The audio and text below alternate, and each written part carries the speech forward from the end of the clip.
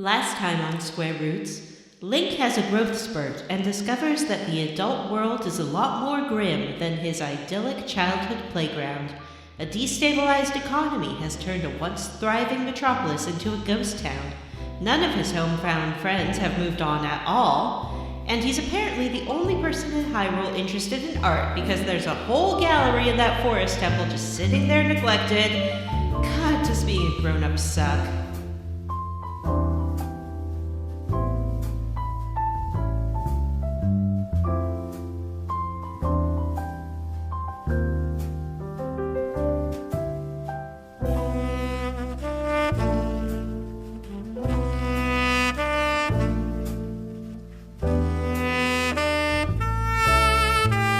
Hello, and welcome to Square Roots, the classic RPG podcast.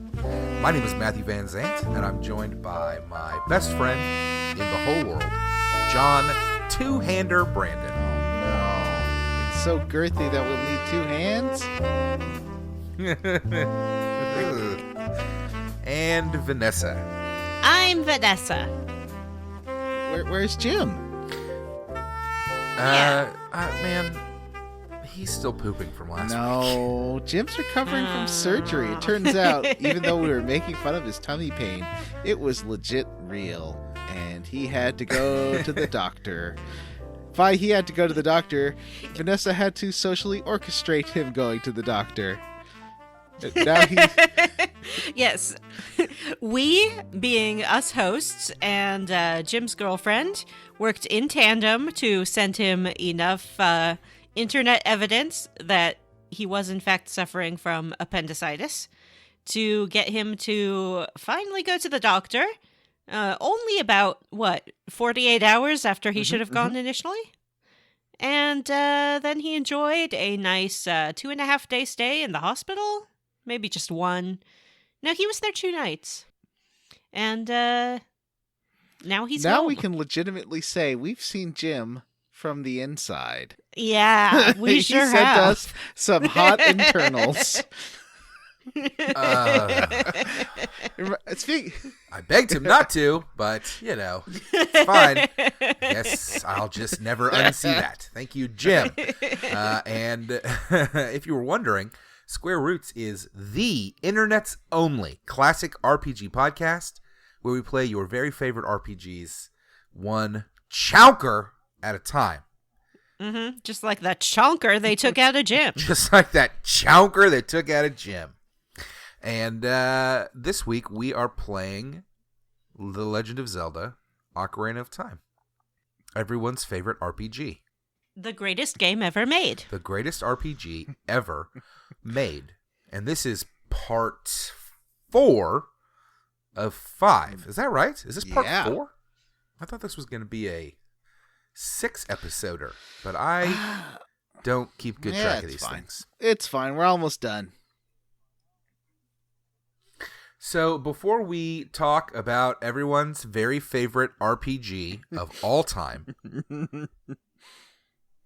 let's talk about how we leveled up this week.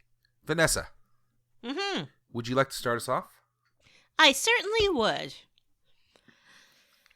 I love the theater. The theater loves me. I love the corporate theater. That's the place to be. Yeah, this one's a twist, fellers. I have not gone to the theater. But I have watched a documentary about it called Bathrooms Over Broadway, available now on Netflix. It's great. It follows the journey of one of the writers for the David Letterman show, who becomes obsessed with these old records he finds of corporate Broadway shows. So essentially like big musicals done in the style of Broadway in the 60s and 70s, but about things like whirlpool washers or bathroom fixtures or silicone. And they would put on these shows for the sales force to get them pumped up. They'd also press records as a sort of commemorative gift for the sales force to take home. And so this man has been collecting all of these musicals for years and years. and discovered sort of a community of enthusiasts for these musicals, including one of the members of the Dead Kennedys and a whole bunch of other musicians. And it's this strange little subculture. And so he goes on this journey to explore how these were made and who made them. And he assumed at first that it was just sort of the dregs of show business. But then he's like, oh, no, the guy who wrote this also wrote Fiddler on the Roof or, these huge musicals. And it's very great. They have footage from some of the old shows. I highly recommend it. That sounds neat. It is neat. I like watching any documentary that's sort of about a weird passion that people have when it's authentic and not, ironic or whatever. And I think this sort of started ironic for this guy, but then became a sort of sincere enjoyment. So it's interesting to watch. I also watched a TV show, sort of. It's not TV. It's Amazon not HBO. Prime. It's Amazon Prime. That's right, Matt. Can you guess the TV show that I watched? I just watched the first 20 minutes of the first episode of Good Omens! Yay! Yeah. I bet you're a big book nerd about it too, aren't you, Vanessa? I don't read books. Oh, well, I'm a big book nerd about it, so. I always call it my favorite book, but I also haven't read it in 20 years, so I wonder if it still is. I probably should renew this lease of it being my favorite book. Mm-hmm. I bet it will be. Terry Pratchett holds up. It's a very good interpretation, I think. I've watched the first 2 episodes. It really, really shines when Michael Sheen and David Tennant are on screen together. Mm-hmm. Great chemistry, great casting, no complaints there. It's sort of quirky in the way it's filmed, as it should be. I think it's Frances McDormand doing the narration, which is great. And it's good. I like it. Not disappointed. Into it. Enjoy it. Good opening credits. Good Omens. Watch it. Good. You probably already have. special Everyone's effects. watching it. Yeah, it's good special effects. It doesn't look cheap or shoddy in any way.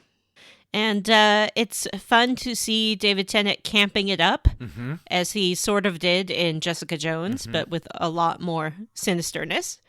I think he really thrives in those kind of roles. And Michael Sheen is doing an excellent Winnie the Pooh. Michael Sheen does excellent everything. I've never seen anything that he did that I was like, no, doesn't work. Who's Michael Sheen again? That's Charlie You'll Sheen's know Michael dad. Sheen. Nope. Oh, it's John, Wesley you'll know. Snipes. Yes. Wesley Snipes From from 30 30 Rock. Okay, I know that guy. He's fun. Yep. And also, I don't know, Azimon from Twilight. I don't remember his name. The big bad main evil Twilight vampire. Really? Who appeared to be the only one having any fun in those movies. Interesting. Yeah. That's it. That's how I leveled up. John, how did you Oh. level up? What did I? I really need to think about these things during the week. Prepare what I have done. There's a show that has come to. Partners include Kate Beckinsale and Sarah Silverman, and he divorced them both. I Michael beg your Sheen. pardon? What's happening? Wow. Oh, yeah. Michael Sheen's a Wow. big player. Okay, or not divorced, but broke up with both of them. Kate Beckinsale. Wow. What? Have you seen his face? I mean, I don't want to be. John. Anyway. You're a monster. Yeah. I don't even know how to respond to that. So on Netflix, they have added season 6 of Brooklyn Nine-Nine. So I have been binging that while playing this game. Was that the one that just aired on NBC? Yes. Yes. And it's fun. It's fun. It's never been my favorite show, but I like the cast a lot. With my favorite being Beatrix, what's her face, and Andre Bauer. Brower? Brower. Beatrix That's Potter. right. It's a fun show, and I recommend it. Otherwise, I have not been doing a whole lot. I edited a podcast, and yeah, I need some more hobbies. I need to figure out what to do. I mean, you have a hobby. It's the podcast. That's true. Yeah. My flower beds have been coming in nicely, so I was Oh, they happy. have. Yeah, you did a good job this year of planting shade plants in the shady area and flowers in the sunny area. They're shady flowers too. They just keep gossiping Oh. about you. They're so cruel. Be nice to Vanessa.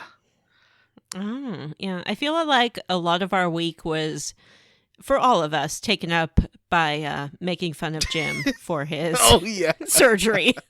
Yep. I do think that was a lot of our week. My advice included telling him to swallow a Hot Wheel and telling the surgeons he has a free toy inside.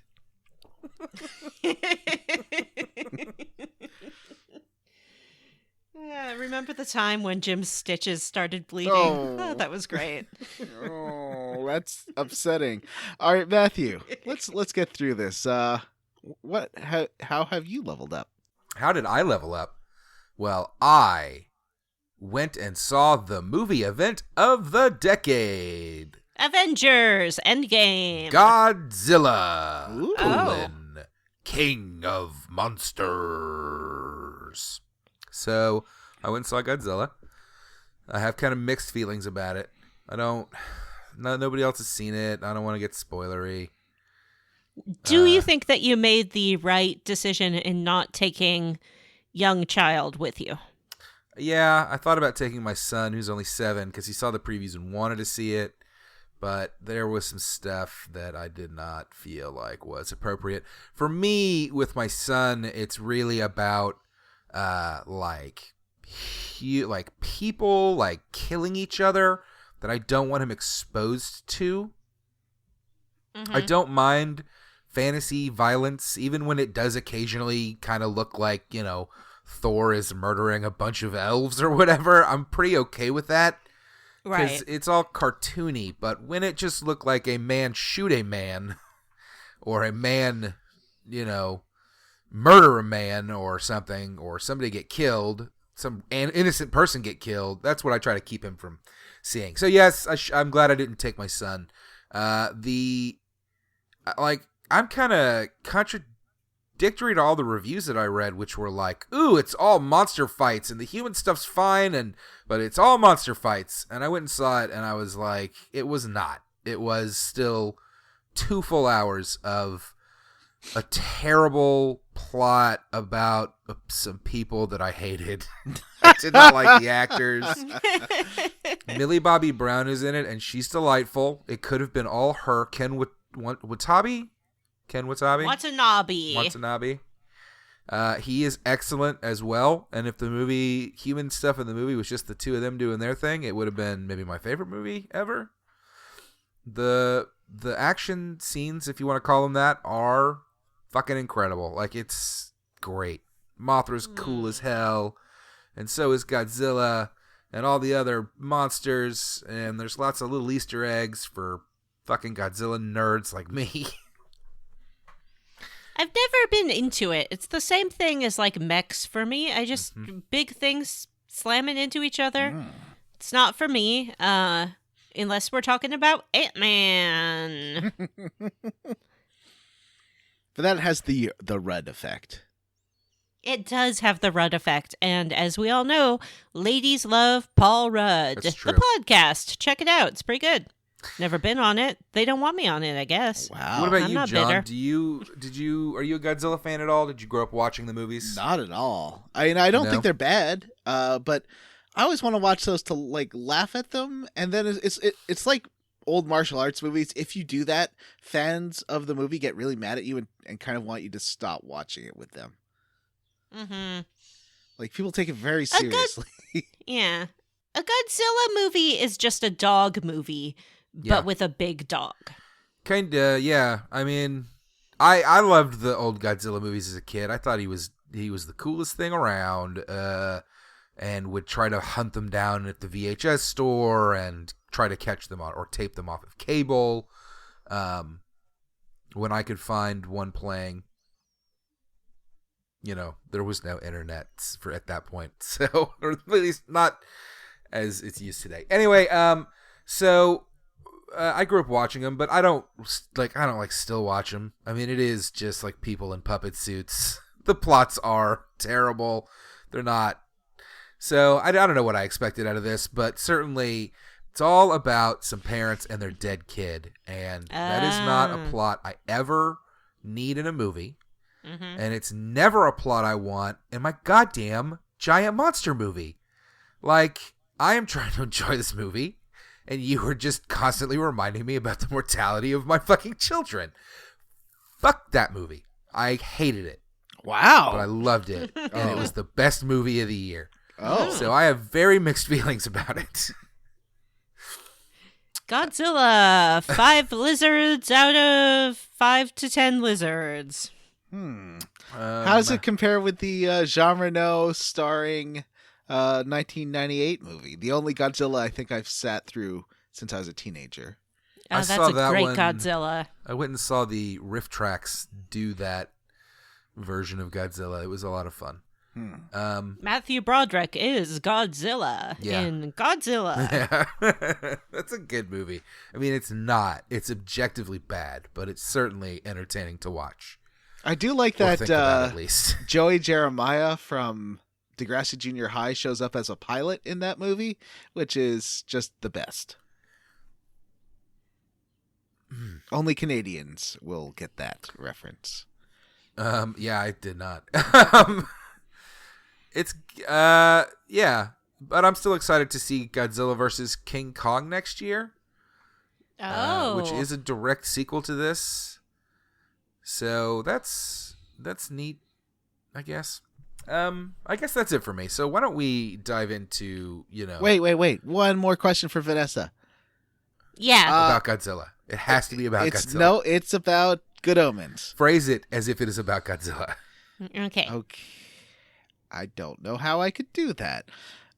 Are there any fat suits in that show? Because fat suits are the worst thing and bring me out of anything I'm watching.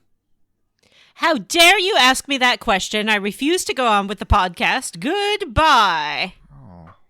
Oh, wait. Were you not setting me up for a natural transition I was curious, but to say that I works too. would not be joining you for the quest log? I have only seen 2 episodes. Thus far, I have not seen a fat suit. That's good. Because fat suits in a recent film I do not want to spoil really make me think Hollywood has never seen a fat person. I agree. I think it's weird that they're still trying to play being fat for laughs because it's the age of Lizzo now, and that shit is over. But I do think that, presuming we're thinking of the same character, and I think we are, that it was a more nuanced portrayal of depression than it might have been. Otherwise, I don't think it was completely comedic, but it was not necessary to have that much visual information to portray that. Anyway, going back to that documentary sounds like it was terrible, Vanessa. How dare you? I'm outraged. My appendix is becoming inflamed With rage? with rage, and I'm going to go take it out myself in the bathroom. So I will not be joining you for the quest log. I apologize, listeners. As a jet-setting influencer that I am, I have other obligations that I must attend to today. I don't like to do it. It brings me no pleasure, but that's the way life goes sometimes. Boo! Oh, fuck you! Wow. I mean, sorry, Matt. Vanessa's dark side appears.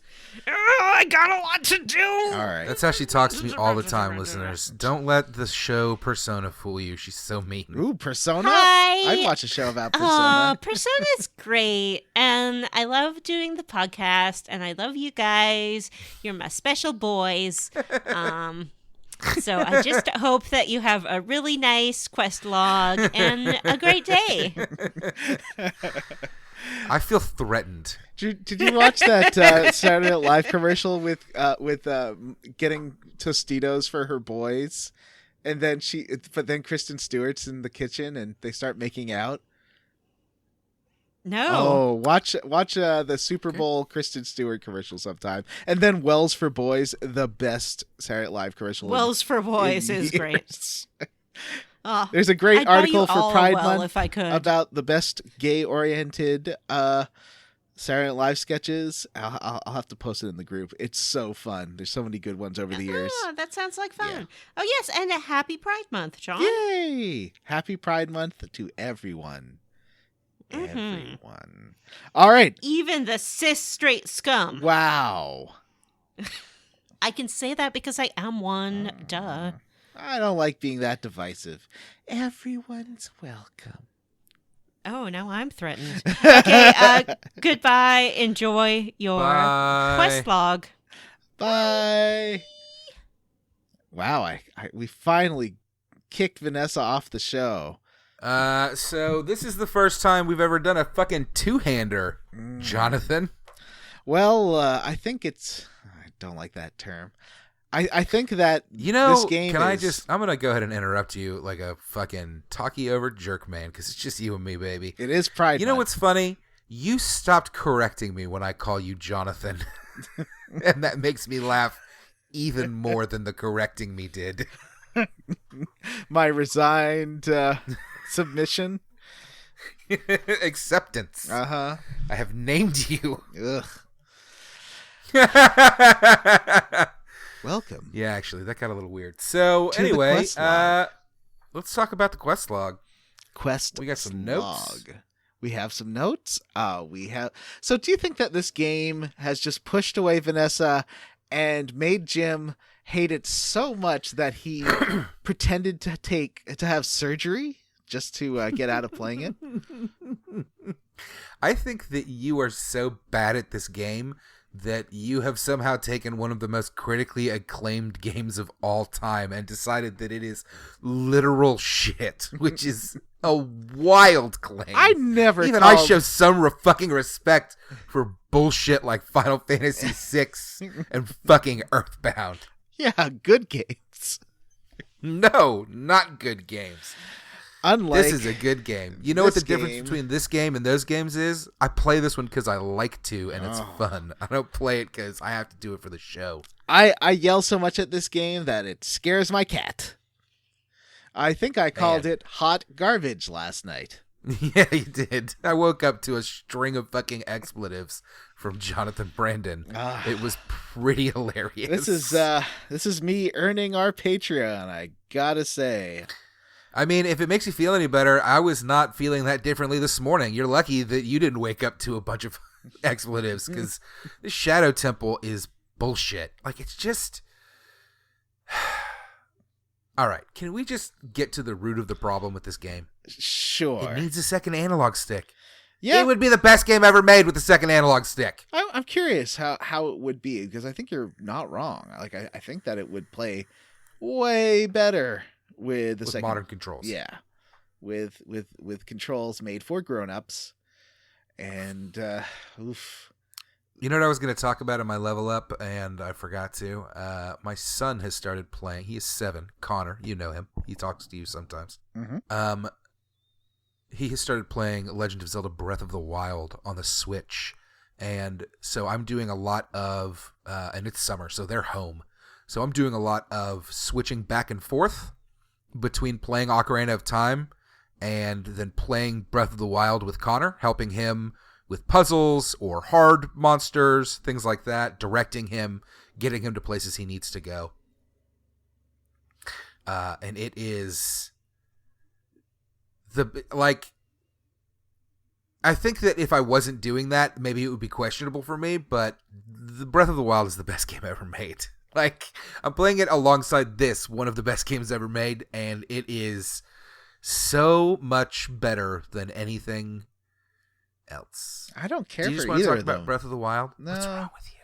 I kind of gave up on Breath of the Wild because I just didn't like it very much. And this game is I don't think it's the worst game we've ever played, but I think it's the game I've had the hardest time playing for sure. I'm surprised to hear you say that. The controls in this are definitely not worse than Kingdom Hearts. They're not. No, I'm not disagreeing with you, but I think The combat is not worse than Kingdom Hearts. Kingdom Hearts combat. is less It's significantly better. It's less demanding. Kingdom Hearts, you can kind of just jam your way through. With this game, it's like it wants you to do stuff that the controls aren't good enough for me. At least they don't work well enough for me to be able to do, and that is my biggest problem with this game. It seems like you would do well on an easy mode. If I would do well if the combat worked. I mean, if the buttons did what I wanted them to do. And this game, although like I've Skyward Sword, I think controls really well, but I couldn't get past the first duel in that game. Like I spent hours, and the game's like, "Are you okay? Maybe you should take a break." Do you want to skip this? That's just Nintendo games. They love to do that. It makes me so mad. Yes, Navi, I want to take a break, but I can't because we're recording in an hour. I almost think that the game asked me if I wanted to skip that boss fight or something weird after a while. Because I think the game, like Skyward Sword, was kind of notorious for it hand-holding you compared to Breath of the Wild. Yeah, it's awful. I like the art style, though. But this game... I do, too. And I think that there's a good game in there somewhere, but certainly not in the one that we got. Anyway, I vented about how miserable I was playing through the boss of the Shadow Temple last night, and someone, a game journalist who I've known for many years, wrote back that even the greatest game of all time can't appeal to each of the 7 billion people on Earth.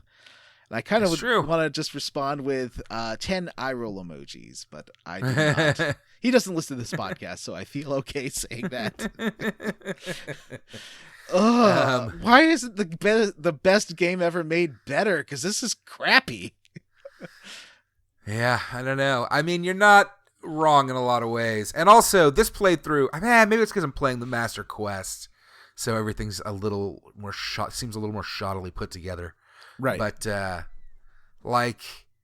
some of this game is not great. We've definitely hit the part of the game with the Water Temple and the Shadow Temple and the next temple where it's just like, here's just about as hard as we can make it. So have fun trying to get through this shit. You're going to die a bunch. It kind of doesn't matter how good you are at the game. Like, you're going to die. I've got better at fighting the Staphoses, because there's another Staphos double fight. And my key to winning is just hammer that A button. Just if you just get right in their face. If you just keep attacking them, they're gonna die. You don't need to do the fancy clunky combat. You can just keep hammering the A button. Clunky combat. I don't know, man. I don't think I've ever heard anybody describe the combat in this game as clunky. Like, it's tight. Nope. You lock onto the thing and it changes your whole fucking... It does the whole Zelda thing. Unless something's and then you're slightly like, above the movement you. is faster and like you're more agile. You can jump around them. It's pretty great. Well, we'll have to just accept we have different opinions on this particular game. For me, okay, here's my last statement. A lot of people tell me that Apple makes amazing mice.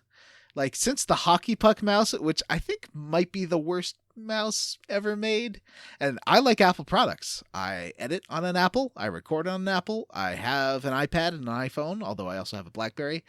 Apple makes terrible mice, and I think that people just like the company so much, they put up with how kludgy and bad their mice are, just because they love it. Like the Magic Mouse. And you're suggesting that that's what Ocarina of Time is? I didn't terrible- say that. How The terrible product that people just put up with, Jonathan. I think the combat in this game. People consider is this the best game terrible of all product time. that people put up with because they love Nintendo so much, and everything else about this game is really good. I don't know. That's not correct. You're wrong though. Like, it's not that you just put up with it. I genuinely think the combat's great. It's tougher in this one. This is the worst iteration because it's the first iteration of their 3D combat. But I remember playing this on the N64 and even then being like, the combat in this game is amazing. You can actually fucking sword fight with like monsters and shit. How many other games actually let you do that? But where you are don't even legitimately need to. like sword and then, shield. Then it doesn't even. It breaks parrying, down when blocking, there's a rolling. narrow corridor with a moglin with a club, and just. Well, yeah, but that's a set piece. Like, that's an intentional change of. Anyway, that's not the combat. But so I don't know. Let's talk about the fucking ice cavern before we get in a fight. Okay, so a little bit of a side bit. So this ice cabin has Cabin? Yes, ice cabin in the woods. Cabin? Yes, this ice cabin has these red crystals that at first you can't break, like bombs don't explode them, and then there's this mysterious blue fire that you can Blue. bottle up and use to break this red ice. Now, if you've explored the ice cavern or around the Zora's domain, you'll find that their home has been frozen over, and a lot of their the king is encased in red crystal. Yep, red ice. I think it's ice, and as well as all the shops and stuff are all sealed up by the red ice as well. I like the blue fire mechanic that gets introduced here. So you gotta find some blue fire in a cavern that's out behind Jabu Jabu, which you can get to now because there are sheets of ice on the lake. Right. And inside you find a fountain, a fire fountain, I guess, or whatever. And you can bottle up some blue flame and use it to melt the red ice. Question for you, Matt. Answer. I have 3 bottles. Where are there any more bottles that I can There's find? one more. I don't have it yet, and I can't remember. I was just thinking about it while I was talking. I think that the King Zora might have it. Somebody has it. There's a 4th one. Because I'm doing the side quest of get the the Bigoron sword, and I found the Bigoron, and it is delightful. The Bigoron is see, I could see why people love this game so much because it is like a Pixar movie, but was on your 32-bit or 64-bit console, just in terms of the delightful characters and detail. Like when you meet, although I was looking for the Bigoron for about half an hour, and then I looked online, and people are just snotty and insulting to someone who had the same question as me. It's like, hey, you said it's on the top of Death Mountain, but there's no one here. And they're like, well, why haven't you looked hard enough for it? Because you have to walk to one corner, and then it climbs up the side of the mountain. I haven't done that yet, so I recommend it. It's a series of annoying fetch quests, some of which are timed. But it's actually. I think that even when you get the Bigoron sword, it still breaks after a few uses. What? Probably wrong. I don't think there's no. This is in Legend of Ocarina of Time. They didn't break, do they? Yeah, the first time you get it, it's a big knife, and it's a 2-handed sword. That's what the quest is for. And it's already broken. The original version breaks. I have the broken one. I just got it broken, which is one of the guys over in Gerudo Valley gave it to me, and I'm enjoying that. I think that side quest is a lot of fun. I'll have to go mess around with that. I had to do some stuff today to get the giant wallet.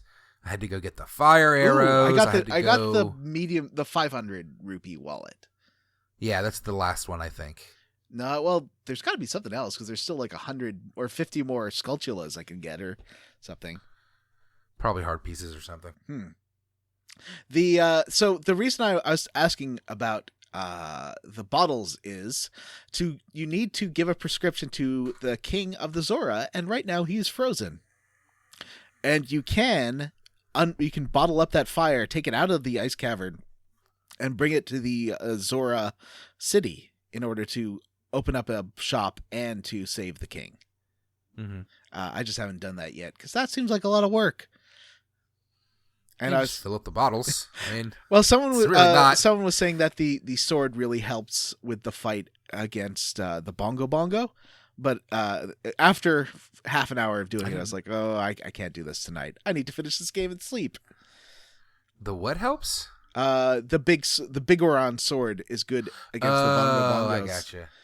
I didn't have a problem with bongo. We'll get to that. Yeah, we'll get there. So that's just a side quest that is enjoyable because of the writing and the characters. I like the callback to the blue fire of the original Legend of Zelda, where you can get blue fire, a blue candle, I think. Okay. A blue flame on a candle, which you can use to burn certain things, you know. But anyway, have you played 3D Dot Game Heroes? I feel like you have. Yeah, I have. I didn't like it that much. It's a Zelda beautiful, ripoff. but it's not that fun. It's not particularly well designed. The dungeons were just kind of boring. That's a big problem I find with a lot of Zelda clones, is that part of the Zelda charm is the really, really well-designed levels. Yeah. And even when they're not well-designed, they still work pretty well and are pretty entertaining. They're rarely just boring slogs, which a lot of games like 3D Dot Heroes, I got about halfway through that game and I was like, great, let's do this puzzle 6,000 times. Mm-hmm. The ice cavern was fun. I liked it. You find inside the ice cavern, you find iron boots. What does the blue tunic do? I didn't get that. Yes, you did. You must have, because the blue tunic is what allows you to not drown when you go underwater. I never got it. I kept drowning in the water temple. I'm terrible. You're fucking kidding me, No, John. I'm not. I never got that. Oh my god. You can buy it for 300 rupees at the shop, or someone gives it to you. I got it. Somebody gave it to me, because I did not have the wallet for it. Somebody gave it to me, so you didn't talk to somebody you needed to talk to. Ladies and gentlemen, he is showing me his 3DS. Now, here's a fun fact, listeners. When I realized about 2 days ago that there was a really good possibility that this was just going to be John and I, I assumed at some point Jonathan would pull his 3DS out and make me look at it, and that I would have to describe it to you. How did I know this was going to happen? How did I know? How did you know? That's amazing. Because it's more like a one-on-one conversation this way.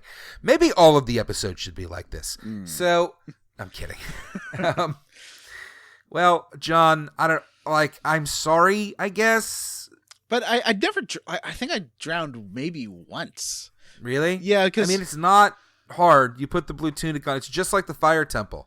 Once you put it on, the timer goes away and you can wander around. The timer's pretty, it gives you like a minute and a half. And as long as you have full health. Because I've got a lot of hearts, right? Like I've got midway through the second row of hearts. So it wasn't hard. It gives you a minute and a half and you're never underwater for that long. The only problem is that if you get low on health, then you only have like 10 seconds. But Vanessa just sent us a meme, and I'm going to take a moment to complain about it on the air. I think that's we respect our listeners, and this is a good use of their listener time. Shut up. Vanessa sent a meme that says, "Film critics, the Godzilla sequel's plot leaves a lot to be desired. People who watch Godzilla movies, and it's a picture of the Hulk, and he's saying, big monster." It's from Thor Ragnarok. So... here's my response to that. It's not that the plot leaves a lot to be desired. It's that it's actively bad. And I hated it.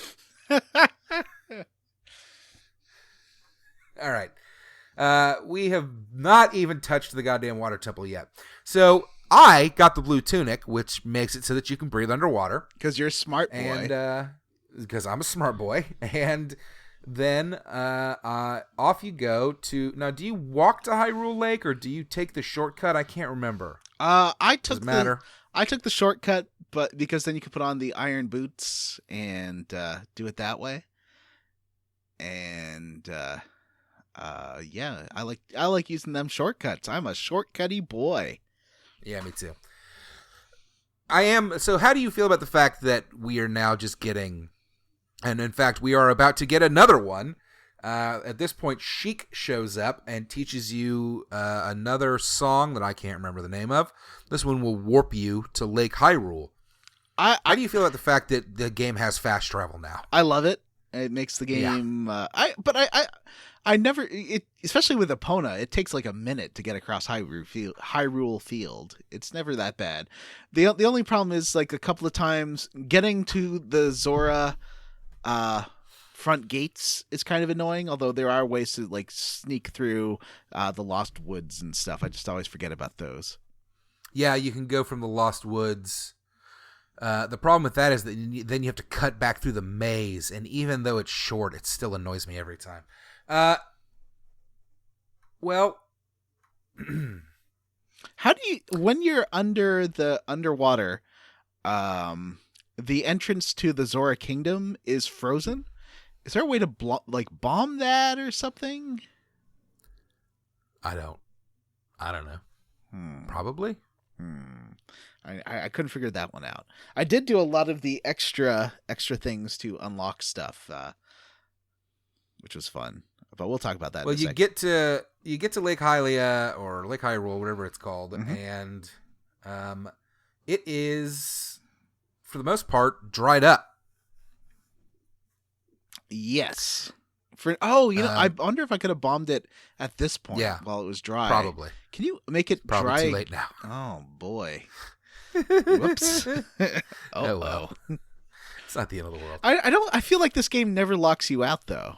I assume there's some. I don't know. Some way of doing it. Yeah. Yeah. It's all right. Play the Song of Storms, maybe. Maybe that'll revert it. Ooh. To its other state. I'll do some Googling. So now you're at Lake Hylia. It's all dried up, but the water temple, entrance to the water temple is still underwater. It's at the deepest part of the lake, which does still have some water in it. You can collect some stuff here. I used John's trick that he mentioned last episode of dropping some bugs into some magic bean soil locations, which produces a gold spider. So I got a bunch more of those doing that, which was pretty great. Every time you get a gold Skulltula, do you sing the song Dragula, but then say Skulltula instead of Dragula? Because that's what I do. Give me a taste of what that sounds like. Here in my Skulltula!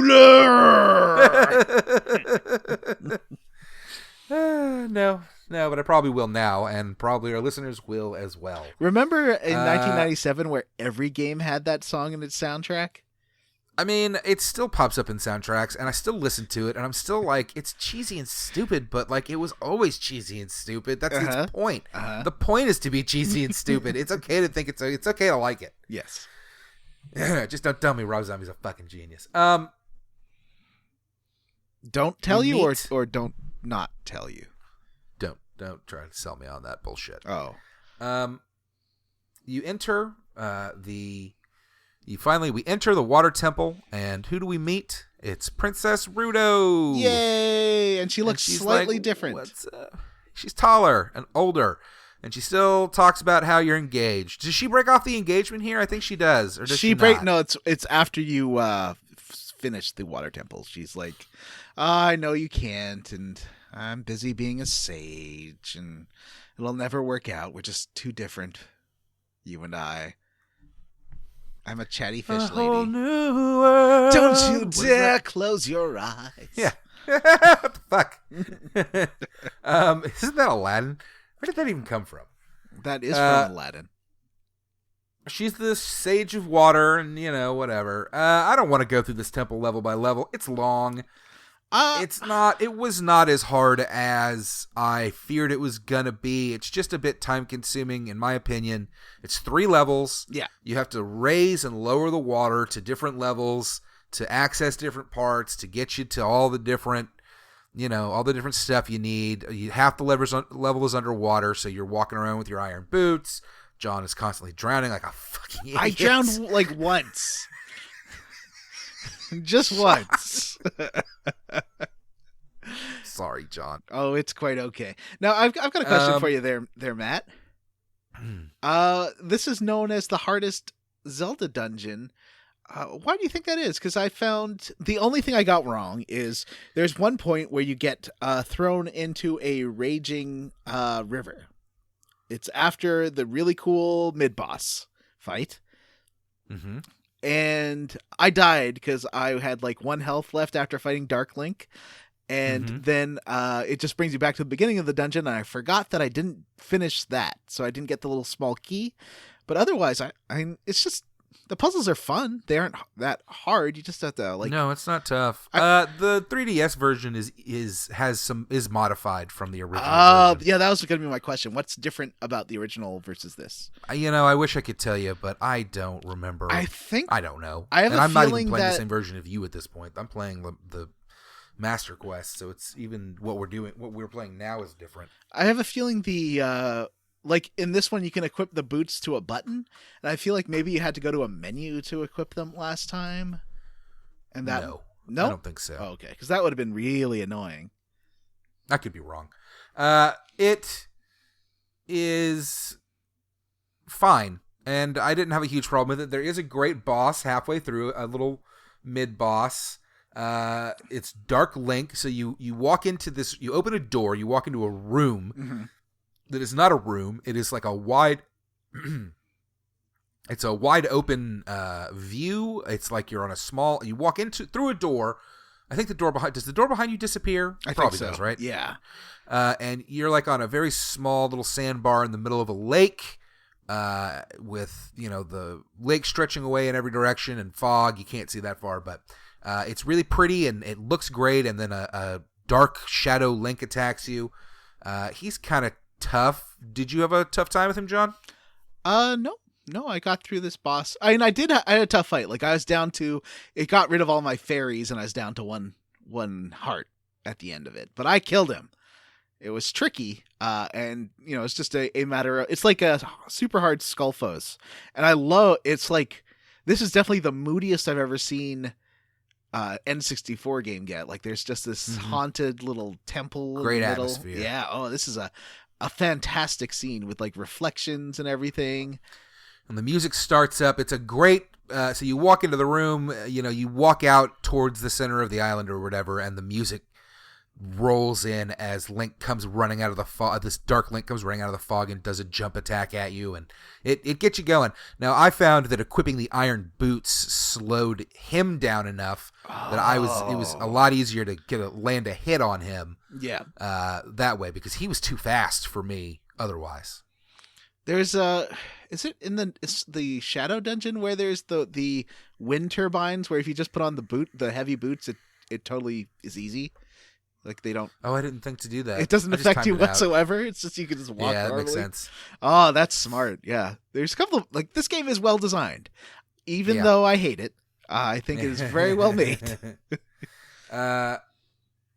Once you defeat Dark Link, you find the long shot, which is just a longer hook shot, which, come on. Fuck you. This is a ripoff.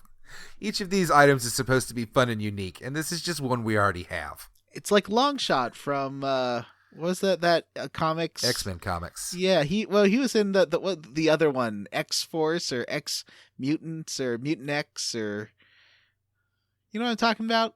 Had a different name. Do, but he was not in any of those, I think. Or maybe he was. I think he's been in all of them, maybe. He was my favorite, like... He was introduced over just in Uncanny X-Men.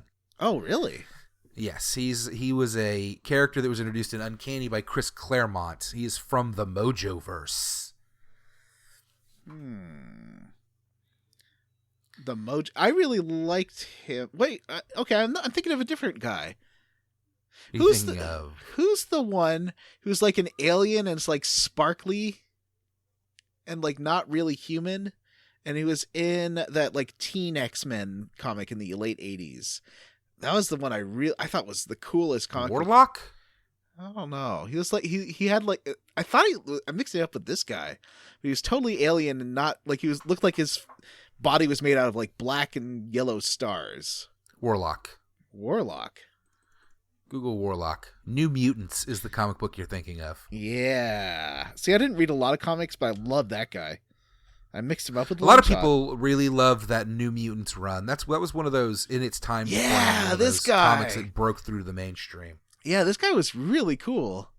He's still around, actually. He gets used from time to time. He was in X-Force. He's in the current X-Men book, actually. I'm looking at him now, and would I find him annoying as an adult? Yes, he's a very annoying character, and I don't like him at all. Okay. I wasn't going to be mean. But I liked him as a kid. All right. Anyway, back to this game. Yeah, so you get the long shot, and that's about it. I mean, the boss, if you want to talk about, I guess we should, is Morpha. She's a water amoeba or some shit, and you can kind of cheese this one by hiding in the corner. I love it that. Can't reach you. I love cheesing a boss. I definitely did that, but then once I had hit her a couple of times, I realized that you didn't even really need to hide in the corner. You just needed to move around on one side until it came at you and circle around it. Like, it's not fast. Mm-hmm. So it's easy. You use the hook shot to yank this amoeba out of this water that's attacking you, kind of like an abyss monster. And you kill it, and that's about it. You get the water medallion. You get teleported to Lake Hylia. Sheik is there, and she tells you some more shit about, I don't know.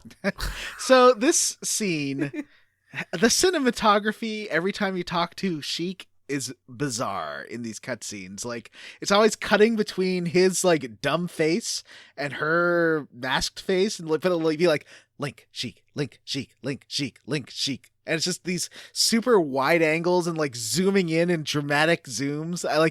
Obviously these are game programmers. They don't really know about composition compared to later games. But it reminds me of Gary's Mod videos where people are learning how to frame shots and just like always playing around with angles and zooms and stuff. And the camera like diving in on the characters. I love them, but they're so dumb. And yeah, it is really silly. This is, kind of the first time for a lot of these Nintendo developers that, other than the ones that worked on Mario, right? That they had access to like a full blown camera. This is the first. This is real early polygonals where it was like the first cameras in 3D engines. Yeah. Honestly, John, we should be thankful that the camera's not constantly getting fucking buried in the walls and shit like it does on a lot of games. I mean, it does sometimes. Not that often. It doesn't get stuck. It doesn't get stuck. It's not in fucking the walls. Sonic Adventure level insane. I was playing. There's this terrible RPG that we should definitely put up sometime for like our worst our versus episodes, called Rise of the Argonauts. Ever played that one? It's like Zelda style, but set in Greek mythology and has BioWare style conversation trees. And I like the sound of that. The camera at some points gets stuck to the point where the camera gets stuck in a wall. You just see your character walking away. It's ridiculous. The game is so bad and broken. We should definitely play it because it is terrible. And Hercules is a super hot muscle bear. Huh. No, I haven't seen this. That doesn't look bad, actually. It looks like something I would like. You can find it at like a used copy for $5 for the 360. You can find it on fucking Steam. Oh, yeah. These are our wonderful gaming PCs. Anyway, one more thing. This is a great chance, if you're playing along at home, to get the fire arrows. Where you get teleported to is right next to where you need to stand to get the fire arrows. So you just you can play the song of sun, and the sun will come up. You fire an arrow into it, in between these two posts, and a fire arrow will drop from the sky, and you're gonna fucking need it. Unless you're trying to fight a boss, and then you can't use that and the eyeglass thing at the same time, because I'm real dumb. Yeah, using the bow on the hands made the next boss pretty easy, actually, because I did use it. Shot it twice, yeah. And then I held down the spin attack for like a second, and then I would let it go, and the boss would always be hitting like right at me right then, and then I. Well, we'll get there. So, right, the next place you need to go is Kakariko Village. Kakariko and the Song of Shadows, and you and get the Song there. of Storms. As soon as we get there, another cutscene happens where Sheik shows up again. So, like, stop following us, okay? Like, if you have something to tell us, Sheik, can you just fucking tell us? Mm-hmm. Now, Why is Sheik teaching me these teleporting songs one at a time? Like, teach me the songs to get to the places that I need to go to save the goddamn planet. Thank you. Mm-hmm. Yeah, Sheik teaches you a new song that takes you to an otherwise unreachable ledge in the graveyard. Well, but and that when is you where get the there, Shadow Temple is. The village is all fire time. Oh yeah, the village is on fire. Which doesn't go. I thought this would like. Wait, what happens? You get there and the village is like totally on fire. How does it get put out? That's the part that I was going to ask you about, because they definitely show you the village is being destroyed. All the buildings are on fire. Next time you go back, it's fine. So I don't know if it's like a time travel thing or they just forgot. I guess nothing really caught on fire too bad. And did Sheik make it rain? I don't know. Oh, is that what she did? Because she teaches you a song for it to rain, and maybe the rain puts out the fire. Well, no, she gives you the Song of Shadows. The Song of Storms you get from the windmill, not from Sheik. Right, and this is when the it's a kind of a fun cutscene. The well explodes, and the top of the well goes flying off, and this like smoke monster from Lost starts going over all the buildings. Yeah. She says Impa a long time ago sealed evil inside that well and then built a town around it for some reason, which doesn't seem like great planning, but now it's out and it's going to the Shadow Temple. Oh, so I guess this was the thing the boss from the Shadow Temple? Yeah. Why was this bongo? That's a Maybe good it question. wasn't. This doesn't make sense. I don't know. Some weird shit happens here, and I guess we're just going to have to get into it. Yeah. So, a monster escapes from the well. I guess we haven't fixed that yet, have we? No. Have we? Well, it's not the monster. We didn't trap this monster in the well. We do fight some monsters. Basically, what you have to do now is go back in time. But first, you need to steal the Song of Storms.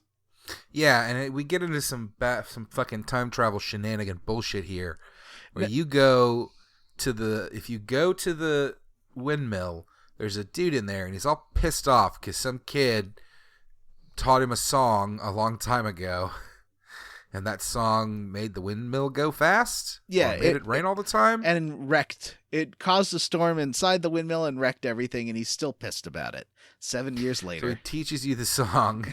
If you bring out your ocarina, you go back in time. Well, I like to see it because he's like, "Oh, play yeah, the song. I'll tell you how that song goes," and you play it, but then it wrecks his windmill again. He's like, "No, it's one of those ocarinas. No."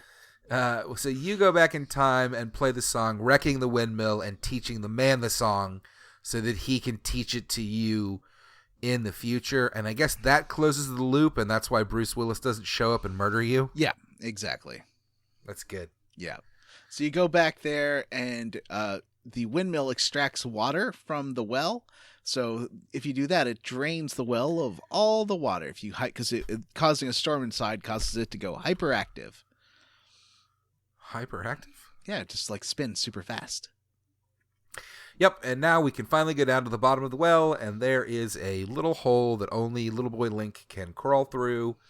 And I mean, I don't know. I have a question for you, Matt. It's like a mini dungeon. I've been getting all these skulltulers, and I got something called a bomb chew. What do you do with a bomb chew? You just got bomb chews? Yeah. But you used them to do the bomb chew bowling. But that you get free bomb chews there that you don't have to unlock. I've had them like the whole time. I got it's one of the rewards you got. Well, I got Bomb Chew, and then maybe it's a Master Quest thing, because it was the third reward. I got 4 rewards so far from the Skulltulas. I got Bomb Chew and then Giant Wallet. So what's the question? What do you do with Bomb Chews? Like, You blow things up. are they with them. more useful than regular bombs? I found them very useful in areas where there are monsters on the walls that I cannot get to. And then I get to play, bomb chew bowling, where you just kind of try to look up the wall and aim for them and blow them up. Yeah. But now this late in the game, I don't use them at all because I have a bow and I have everything. So Why does the Bomb Chew I don't- look like Pikachu with a helmet? does it? Kind of. I just think it looks like a mouse. Oh, I think it looks like Pikachu with a helmet. But I don't that's know. just my fan fiction. So you go to the bottom of the well and you crawl into the little hole, and then you get into kind of a weird little. It's another Shorto like the Ice Cavern. Yeah, so this is kind of weird. At this point in the game, it's just bouncing us between little Shorto dungeons and big real dungeons. Right. Because it's going to do it to us. It does it to us again, I think. Oh, really? Yeah. Oh, We've boy. got another one coming up. Ah. So, I don't know. I don't know what to say about this. It's fine. It's a short little dungeon. I didn't hate it. It's introducing us to the concept of shit that's not really there, because we're going to find the lens of truth here. You find the lens of truth, you equip that, and suddenly you can see false walls and invisible monsters. My one but- recommendation is to get the Lens of Truth immediately, because otherwise this dungeon is incredibly frustrating. Like, go get it first. Have that be the first thing you do. I did like the boss for the Lens of Truth. There's these arms sticking out of the ground that grab you, and then this like creepy blob thing with a skull face. Yes, it's called comes- a dead hands. Oh yeah, those are pretty creepy. Yeah, you got to let the long, gross, spindly arms that are coming up from the ground grab you by the head, and then this thing comes over slowly and swings its face down to chomp on your fucking head, and you got to start smacking it. It's a lot of fun. Pretty good. You get the Lens of Truth, and then you can go back to the future. Now is a good time to... I did the rest Well, of the let's- dungeon before getting the Lens of Truth, and I fell down those pits. I would say, You keep saying that. I don't understand. The 20 last thing you can times? do, like the whole point of the dungeon is getting the Lens of Truth. Once you get the Lens of Truth, you should absolutely just leave. There's no way to go get it before anything else. there's a bunch of stuff you can do after that is a lot easier once you have the Lens of Truth. Like There's a few things. getting I guess Skulltulas and that's some other true. stuff. Yeah, I mean, I just did that on my way through the dungeon. It wasn't that hard. I love that Skulltulas, they're really annoying. The big boys are really annoying, but now you can just hit them one time with a hook shot from any angle and it kills them, which is delightful. Yeah, I like that. Insta killing those things is really satisfying because they're really fucking annoying. Yeah, this is a tricky dungeon for me. I've kept falling down, and then there's like right by the ladder up, there's one of them streaky zombies, the re-deads.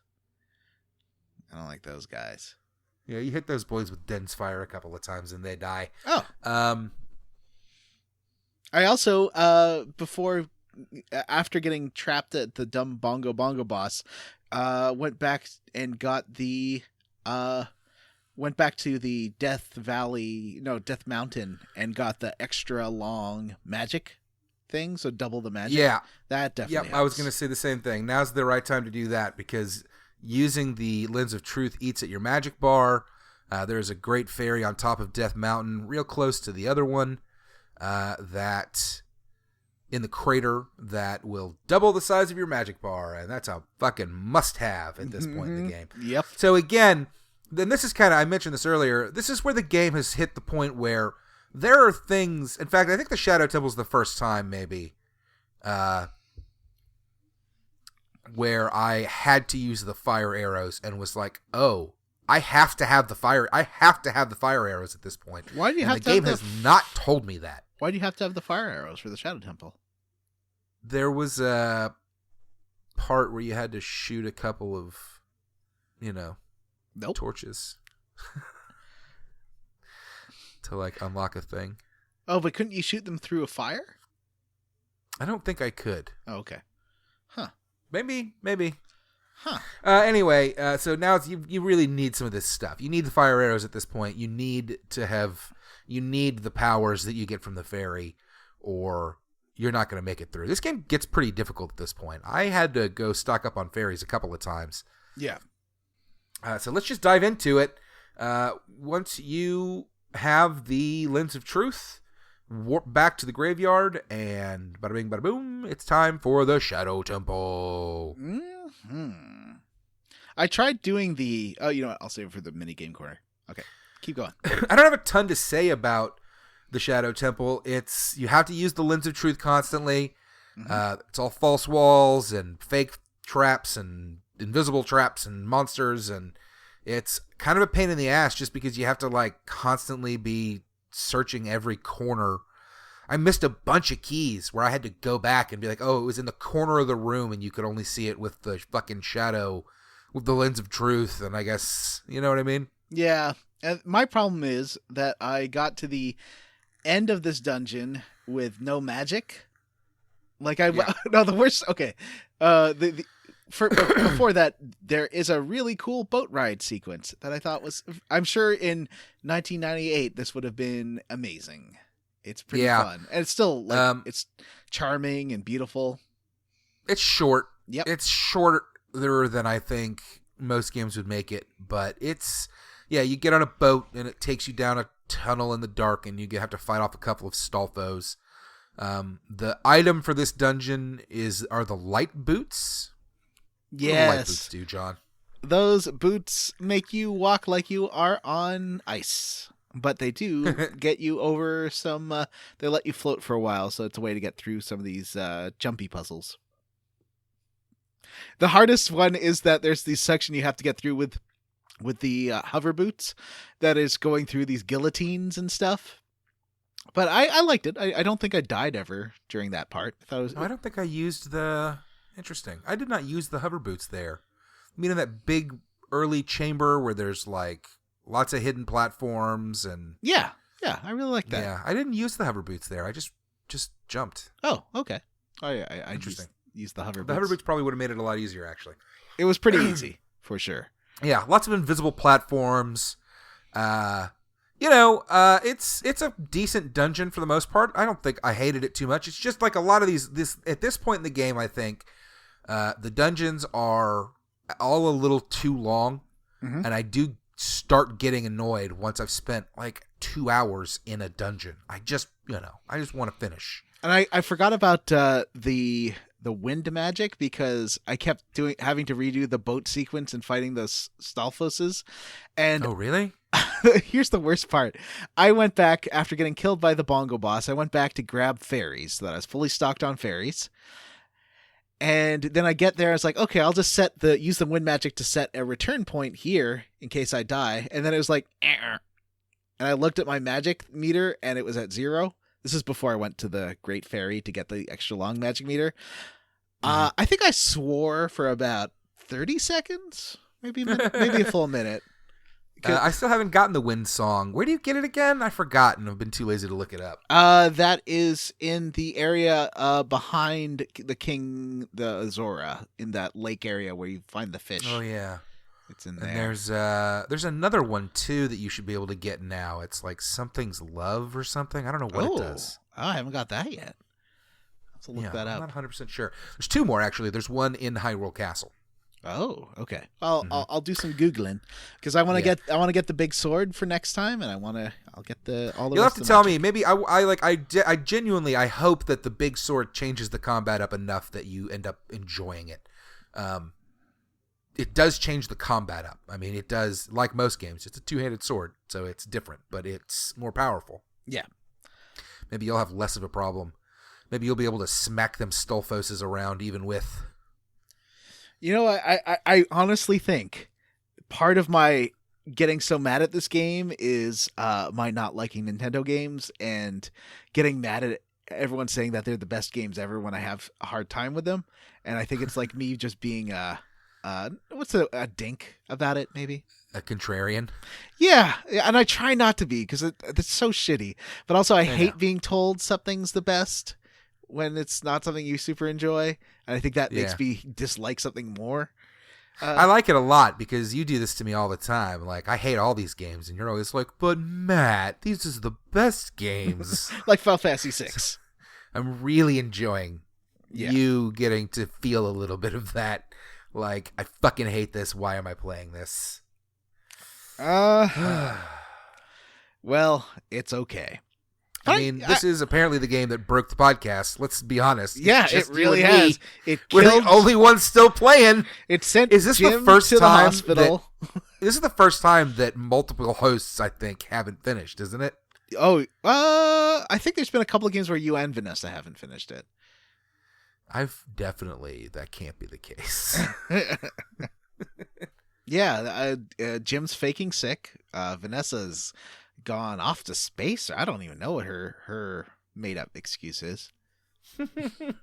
She had to return to her home planet, John. That's right. All right. Anyway, there's a ghost ship.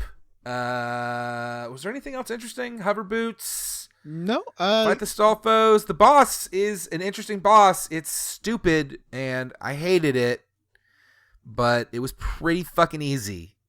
Well, it took me a few tries. So let's just lay the scene.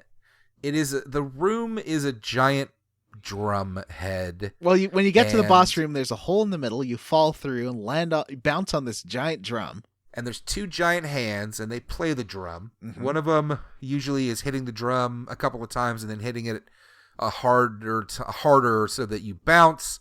And the other one's flying around trying to give you a smack. If you use the lens of truth, you'll see that in between the hands is a big, gross fucking monster like hanging from the ceiling with one eye. And you can't hit it until you stun the hands. And this is pretty easily accomplished by locking onto them and then shooting arrows at them. And then once you've done that, the monster in the middle will draw the hands back to it, and then it will charge you. And from that point, you can either you have to equip the lens of truth to see it. So that messes some people up. But you equip the lens of truth. I mean, you just keep it equipped the whole time. You can time it, or you can shoot it with an arrow. Realize that and the fire arrows and the lens down. of truth couldn't be equipped at the same time. Because the game doesn't go ahead and tell you that. It's not. It does not. It's just I something did surmise it. I mean, I didn't tell me either. Yeah, and I did just kind of know that because you played this game 18 times. I mean, because I used fire arrows to do a couple of puzzles, and then couldn't use my bow and was like, well, that's stupid, and switched back and was able, I don't know. Ugh. Anyway, once I figured out how to, basically if you if you go to the real edge of the drum and you can see both the hands, you can I've been practicing the Z targeting, switching between both of them, and I'm better at it now than I used to be. So then you target one, shoot an arrow, hold left and Z target the other one, shoot an arrow, and then you should be able to shoot an arrow at the eye before it rushes you, but I wasn't able to, but I was able to just smack it. And you don't even need to see the eye. You can just know, keep swinging your sword, you'll hit it as it comes to you, and then the thing appears anyways. So, yeah, I always just did. What I did was held down the attack to charge up the spin, and I just charged it up to its first level and would let go, and it would always be close enough to get hit by that. Okay, and then it pops up and you can just smack it. So this one's actually, the boss here is pretty easy. Yeah, unless you screw up like John did. Yeah. Well, once I got the rhythm of it, it was fine, but I'm not throwing my valuable electronics again. I calmed myself down. My cat did run away, so I know I was angry because I can tell anytime my cat runs away, it's because I'm mad at this game. Yeah, it's the same with me and my kids. So,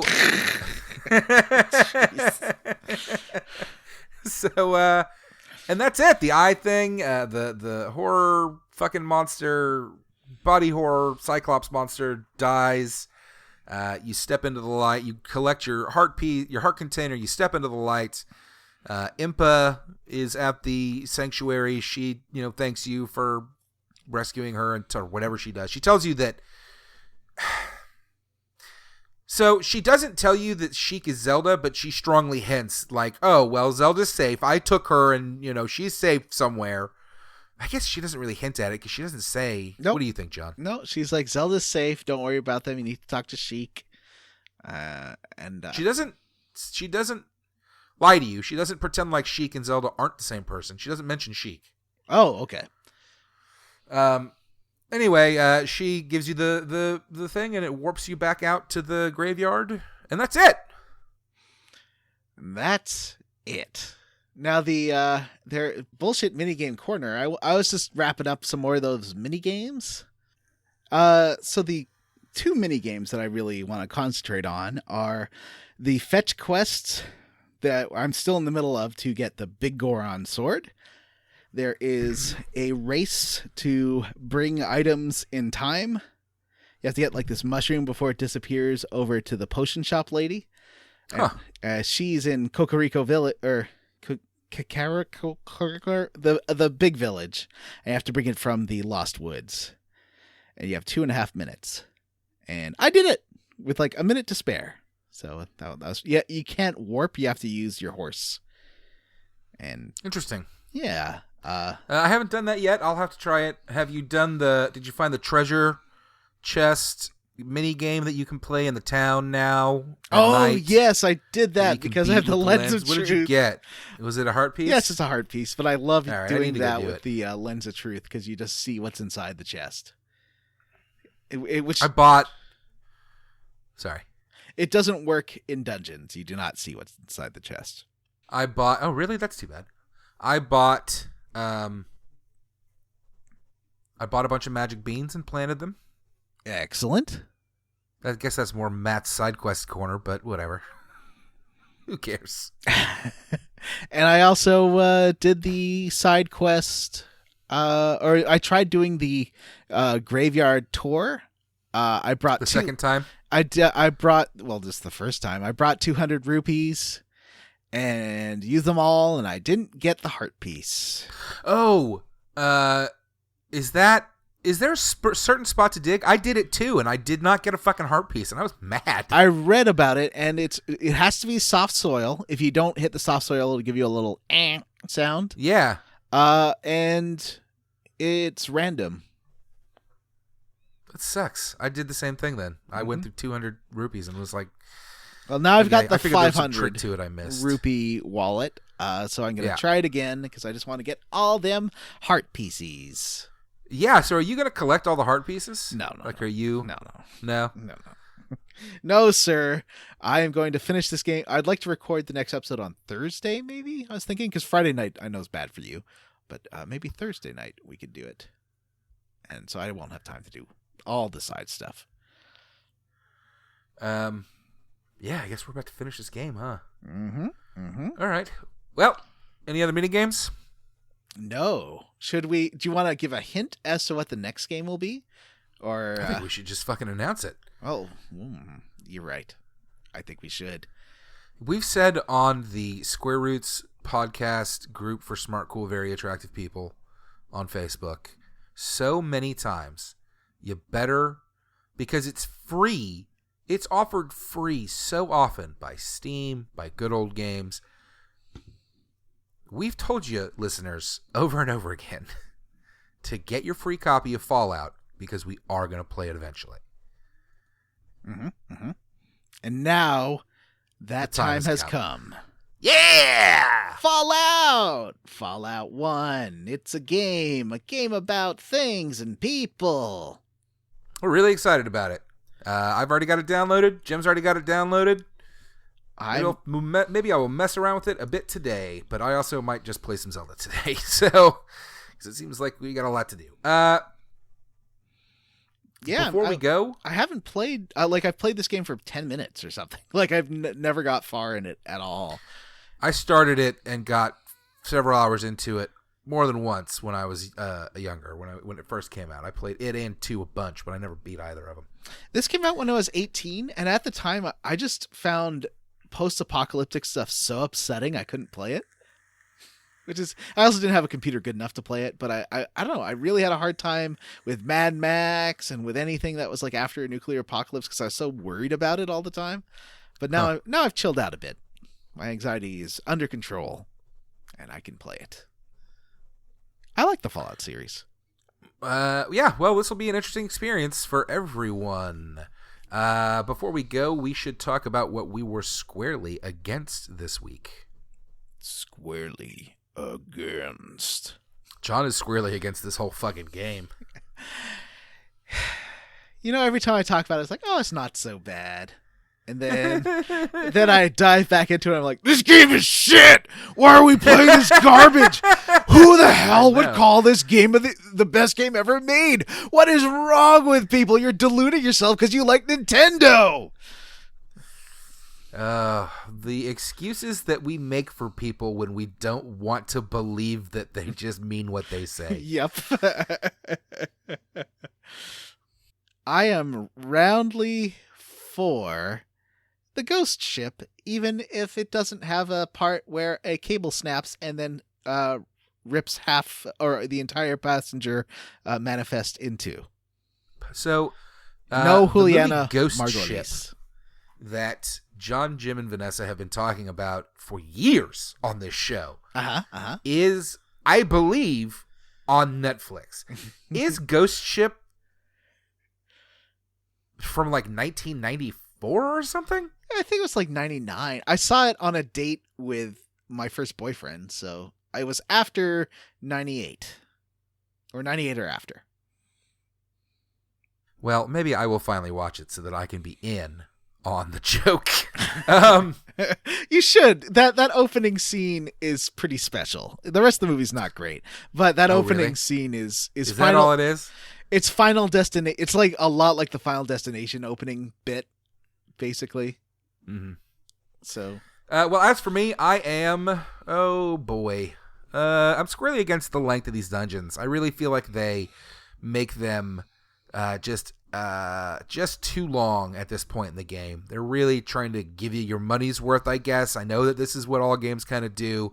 It still just starts to wear on me after a while. They stop being fun. I still want to have fun. But it is still the best game of all time.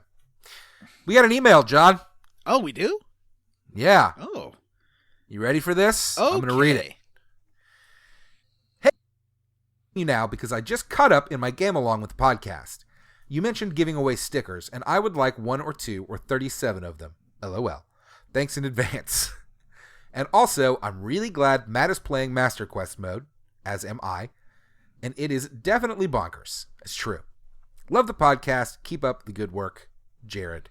Thank you, Jared. John, what am I going to do with all these stickers? I think you can use Patreon funds to buy stamps, and if people send you your address, do it. Send it to them. Yeah, I guess if people want to send in an address, you're welcome to, and I will send out a sticker to you. Can you also write a handwritten love note to each and every listener that sends it in? No, we don't do that. Okay. No, we don't need that. I'll drop them all from my office or something. If somebody wants to, if people want to do that, I don't know. Should we come up with like a cutoff date, or I guess not, just until they're gone, right? Yeah, until they're gone. So yeah. So thank you, Jared. Anyway, let's go ahead and wrap this episode up, John. We've got a couple more things to do. Number one, we need to talk about the Patreon. Oh yeah. And I have something to say. Listeners, we are finally going to play Fallout, and that is entirely thanks to the patrons who have been donating monthly since we launched this thing a year ago, I think. Yep. I think we're at a year and a month. Jim and I both were able to buy new laptops to record on, but also to game on. And the reason that we're able to do Fallout is because we finally have good enough laptops for all 4 members. So that is entirely thanks to the patrons. And you should check it out if you're not a patron. Patreon.com/SquareRootsPodcast. There's 2 tiers. John can tell you about those. Yep. For the $3 tier, you get every single podcast we've made for it, which is, I think, like there's 20 special episodes, which is a lot. Like, you go to Max Fun and you're paying $5 a month and maybe getting 1 bonus episode a year. Come on, Max Fun. We have tons of bonus content. And for $5, you get to vote on games. And for $5, you can vote on upcoming games. We do 2 votes. 2 voter pick main games a year, and we also pick some other games like versus stuff. It's like 2 guaranteed, but really we've used it already, I think, more times than the quote guarantee, because we like to kind of come up with a few ideas and then let the patrons decide let the patrons be the deciding factor when we are all trying to decide what we want to do next. We got to figure out if we're going to do an instant classic next month, what we could do. I don't know. We'll think about it. Is it instant classic next or versus? Versus for this month, for June. We are doing. Oh, that's right, because we're doing Hatoful Boyfriend, which is, I think you'll like it, Matt. It's bonkers, and you can skip through as soon as you've done it 1 playthrough. It's like 5 minutes to do all the other ones because you hold down fast forward. So one of the benefits of being a patron is that at the end of the episode, we read out all the names and as a special thank you, and we're going to go ahead and do that now. This is our list of patrons, and thank you very much to PJNs, Sean Walsh, DJ Ethro, George Brady, Metal Max Returns is Great, Tracy Tanoff, Legend of Zelda Macaroni in Time, Sean Gonzalez, hey, listen, it's Ashley T, Label Sack, Benjamin Avner, a Cyril the Woo, Jameson, Samu Mitchell, Surveyor Supreme, Justin Ham, Mishi Draws, Stephen Crock, Race Jenkins, Ward is also not an RPG, Ba Weep Gra Na Weep Ninibong, Vanessa, wait, what? Galindo, Jonathan Ellsworth, Zachary Davis, Owen Marble, Stu Skeel, Kiva Mosser, Nathan Poirot, Ron is very cuddly. Aww. Fine. Say everyone's name, at least it annoys Matt. Godzilla is a big fan of Jonathan Lee, Dr. Steve Stone, the legend of David Shook. Ross Disney has slain the father of Aaron Bachman, Bobby Midkiff, Mary, Queen of Squats. Squats? She is the squat queen. Mary, Queen of Scoffs, Wonder Swan, Cameron Shoei, Rusty Kamada, Jason, Brian Stone, Tyler Petty, Devin Sloan, and Randy Pierce. All right, I have Vanessa's Dom, the Principality of Xeon Mobile Suit. What?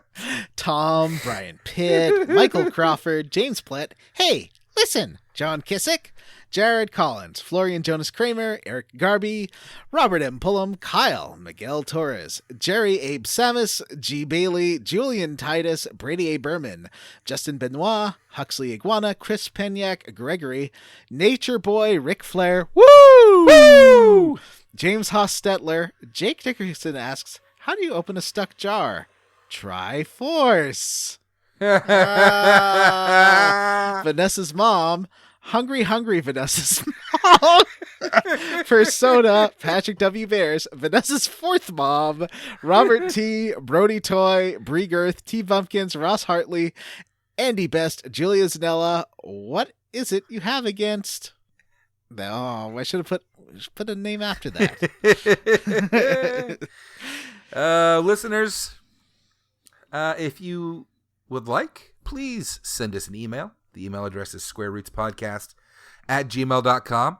You can also reach out to us at the Facebook group, the Square Roots Podcast group for smart, cool, very attractive people.